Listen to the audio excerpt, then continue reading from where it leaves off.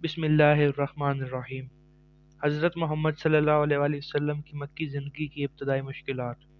جب تک نبی کریم صلی اللہ علیہ وآلہ وسلم نے اپنی نبوت اور رسالت کا اعلان نہیں کیا تھا، اس وقت آپ صلی اللہ علیہ وآلہ وسلم مکہ میں ایک عقل مند، دانشور، امین و صادق، اچھے انسان کے نام سے جانے جاتے تھے۔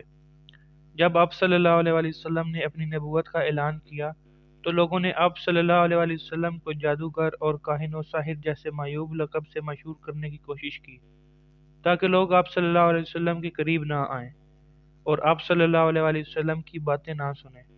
مگر اللہ نے جن کے دلوں کو ایمان کی روشنی سے منور کرنے کا فیصلہ کر لیا تھا، ان حضرات کو اس کا کوئی اثر نہیں ہوا، بلکہ تکلیف و مشقت برداشت کر کے آپ صلی اللہ علیہ وآلہ وسلم کے پاس تشریف سے اپنے قلوب کو منور کر کے جاتے تھے۔ کفار و مشرکین جب نبی اکرم صلی اللہ علیہ وآلہ وسلم کے کسی معجزے کا مشاہدہ کرتے تو اسے قبول کرنے کے بجائے یہ کہتے کہ یہ ایک جادو ہے جو ابھی ختم ہو جائے گا۔ اللہ تعالیٰ کا ارشاد ہے، وَإِن يَرَوْا آيَةً يُعْرِضُوا وَيَقُولُوا سِحْرٌ مُسْتَمِرٌ۔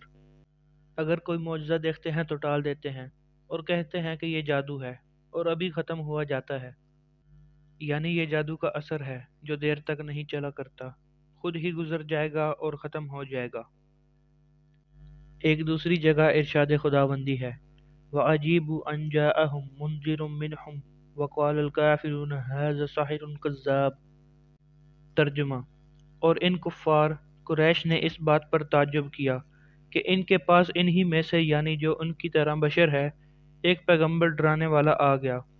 تعجب کی وجہ یہ تھی کہ وہ اپنی جہالت سے بشریت کو نبوت کے منافی سمجھتے تھے، اور اس انکار رسالت میں یہاں تک پہنچ گئے کہ آپ کے معجزات اور دعوی نبوت کے بارے میں کہنے لگے کہ نعوذ باللہ، یہ شخص خوارق عادت کے معاملہ میں ساحر اور دعوی نبوت کے معاملے میں کذاب ہے۔ حضرت ابو ذر غفاری رضی اللہ تعالی عنہ اپنے بھائی انیس کی زیارت مکہ اور اللہ کے رسول صلی اللہ علیہ وآلہ وسلم سے ملاقات کی کہانی بیان کرتے ہوئے فرماتے ہیں کہ میں نے اس انیس سے پوچھا، تم نے مکہ میں کیا کیا؟ انہوں نے جواب دیا کہ میں نے مکہ میں ایک ایسے شخص محمد صلی اللہ علیہ وآلہ وسلم سے ملاقات کی جو تمہارے دین پر ہے، اسے اس بات کا یقین ہے کہ اللہ نے اسے رسول بنا کر بھیجا ہے۔ میں نے پوچھا، ان کے بارے میں لوگوں کا کیا خیال ہے؟ انہوں نے فرمایا کہ لوگ کہتے ہیں کہ وہ شاعر، کاہن اور ساحر ہے، جبکہ انیس خود ایک شاعر تھے۔ انیس نے کہا، میں نے کاہنوں کی بات سنی ہے، مگر اس کا کلام کاہنوں کی بات جیسا نہیں ہے۔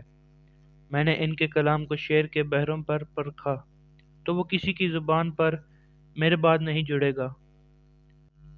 شعر کی طرح خدا کی قسم وہ سچا ہے اور لوگ جھوٹے ہیں۔ مزید ویڈیوز کے لیے چینل کو سبسکرائب کر لیں تاکہ آئندہ آنے والی ویڈیوز آپ تک پہنچ سکیں۔ ویڈیو کو لائک اور شیئر کرنا مت بھولیے گا۔ شکریہ۔